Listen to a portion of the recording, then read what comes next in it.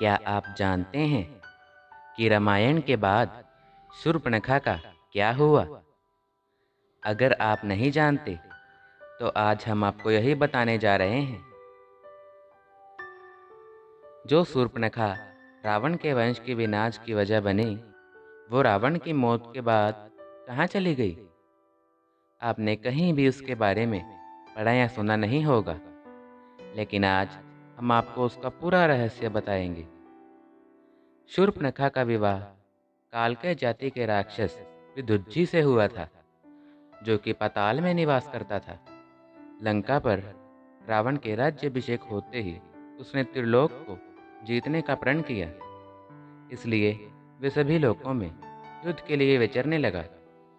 उसी समय वो पाताल में गया और वहाँ कालकय राक्षसों से संग्राम में अपने बहनोई को मार दिया।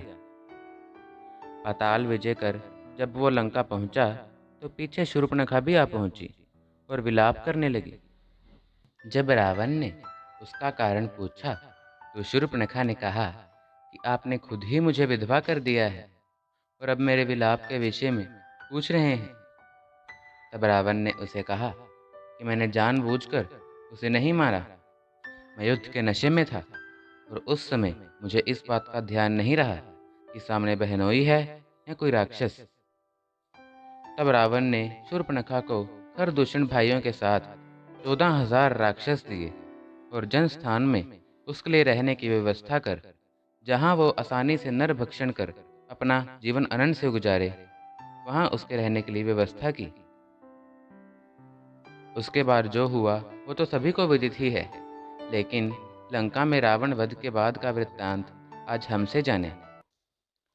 रावण की मौत के बाद शूर्पणखा ने समुद्र में कूदकर आत्महत्या कर ली थी। उसके बाद उसने द्वापर में फिर पुनर्जन्म लिया और इस बार वो रावण के पुनर्जन्म कंस की सेविका बनी। क्या आप जानना नहीं चाहेंगे कि वो कौन थी, जिसे श्री कृष्ण ने अपने सानिध्य का मौका भी दिया था? आपने सही पहचाना। कंस को सुगंधित लेप लगाने वाली कुब्जा ही शूर्पणखा का पुनर्जन्म थी, जो कि अपने कर्मों के चलते एक कुबड़ी हुई थी। लेकिन श्री कृष्ण ने उसे छूकर उसका ऐसा श्रृंगार किया कि वो अप्सरा सी रूप सी हो गई और बाद में श्री कृष्ण ने उसे अपनी सेविका बना लिया था। राम जी को पति रूप में पाने की इच्छा के भाव के बदले शूर्पणखा को अगले जन्म में श्री कृष्ण को सुगंधित लेप लगाने का मौका मिला था। भगवान के प्रति आप जैसा भी भाव रखें, उसका फल आपको अवश्य मिलता ही है। Radhe Radhe.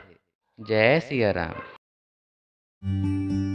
For more updates, subscribe to our channel SM1 Bharat.